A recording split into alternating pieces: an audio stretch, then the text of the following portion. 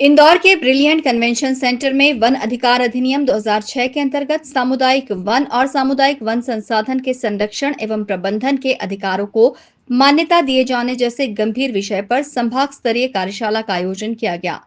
कार्यशाला के पहले दिन अनुसूचित जनजाति विभाग के प्रमुख सचिव गुलशन बाबरा, संभागायुक्त दीपक कुमार सिंह, टास्क फोर्स समिति के सदस्य डॉक्टर शरद चंद्र लेले समेत इंदौर और उज्जैन संभाग के सीसीएफ पीएन मिश्रा और मस्तराम बघेल ने अपना उद्बोधन दिया और मौजूद समिति सदस्यों के समक्ष कार्यशाला के उद्देश्य रखे। तो ये जो 3(1) वाली धारा है उसके अंतर्गत जो अधिकार मिलेगा तो इसके लिए लोग कैसा दावा करेंगे,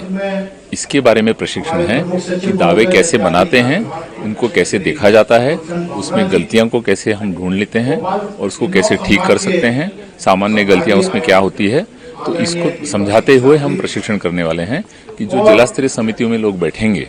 तो इन दावों को कैसे समझे और अपने अपने जिला में अच्छी तरह से दावा प्रक्रिया अगर होना है तो उनको उसके लिए क्या क्या काम करने पड़ेंगे, इसके बारे में हम प्रशिक्षण दे रहे हैं। तो हमारी आशा ये है कि सामुदायिक वन संसाधन अधिकार मिलने के बाद, क्योंकि मध्य प्रदेश में ही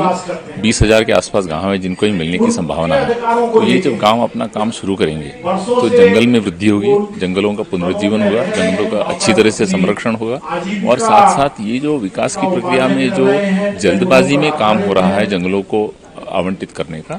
इसमें थोड़ा ज़्यादा विचार, ज़्यादा सोच, ज़्यादा जो है आपसी समझबूझ के साथ और लोगों से बातचीत करते हुए काम अगर हुआ तो इसमें कहीं ना कहीं जंगल बच जाएंगे। कार्यशाला को इंदौर में संभागायुक्त दीपक सिंह ने भी संबोधित करते हुए अपनी बात को सामने रखा। इसके बाद उन्होंने मीडिया से चर्चा करते हुए विषय आधारित बात रखी, साथ ही दूसरे दिन होने वाली कार्यशाला की जानकारी दी। वन अधिकार अधिनियम 2006 में आने के बाद पूरे मध्य प्रदेश में बल्कि पूरे भारतवर्ष में जो वन अधिकार थे इन पट्टों का प्रदाय वन विभाग और ट्राइबल विभाग के द्वारा कलेक्टर के माध्यम से कराया गया।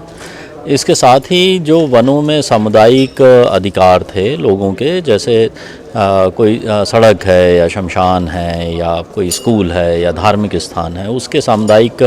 अधिकार भी संबंधित ग्राम सभाओं को दिए गए। अब जो आज का जो प्रशिक्षण कार्यक्रम आयोजित किया गया है, फॉरेस्ट राइट एक्ट सिर्फ पट्टा बांटने का कार्यक्रम नहीं था बल्कि फॉरेस्ट मैनेजमेंट का भी ये कार्यक्रम था। और अभी तक जो वनों का जो संचालन, संधारण और संवर्धन किया जा रहा है उसमें सामान्य तौर पे वन विभाग के द्वारा एक अपना 10 वर्षीय कार्य योजना तैयार की जाती है और जो वन समितियां हैं उनके माध्यम से ये काम होता है। अब ये बात हो रही है कि जो ग्राम सभा है, जो वहाँ की कम्युनिटी है, जो समुदाय है, उनको ये अधिकार दिए जाएं कि वनों का संधारण, संचालन और संवर्धन वो करें। उसमें क्या कानूनी अधिकार हैं, क्या कानूनी प्रावधान हैं, किस तरह से उसकी कार्य योजना बनेगी, किस तरह से क्रियान्वयन होगा, वन क्षेत्र में क्या गतिविधियाँ अनुमति रहेंगी, कौन सी गतिविधियां प्रतिबंधित रहेंगी, इन सब के बारे में प्रत्येक संभाग में एक प्रशिक्षण कार्यक्रम आयोजित किया जा रहा है, जिसमें कुछ इसके जो विषय विशेषज्ञ हैं उनको बुलाया गया है शासन की ओर से। आज प्रमुख सचिव ट्राइबल भी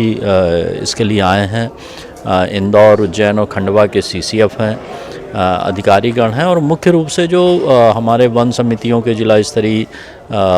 सदस्य हैं, पेशा के सदस्य हैं, जिला पंचायत के सदस्य हैं, उनको आमंत्रित किया गया है। कल इसमें सभी इंदौर और उज्जैन संभाग के कलेक्टर्स, सीओ जिला पंचायत और डीएफओस को बुला के ये प्रशिक्षण कार्यक्रम किया जाएगा और उद्देश्य ये है कि फॉरेस्ट राइट एक्ट 2006 के जो विधिक प्रावधान हैं उसमें जो फॉरेस्ट मैनेजमेंट का जो विषय है उसके बारे में अधिकारियों को और जनप्रतिनिधियों को जानकारी दी जाए और उसका क्रियान्वयन उचित रूप से किया जाए। दरअसल इस कार्यशाला के माध्यम से अशासकीय और शासकीय सदस्यों को नियमों को लेकर जागृत करना है,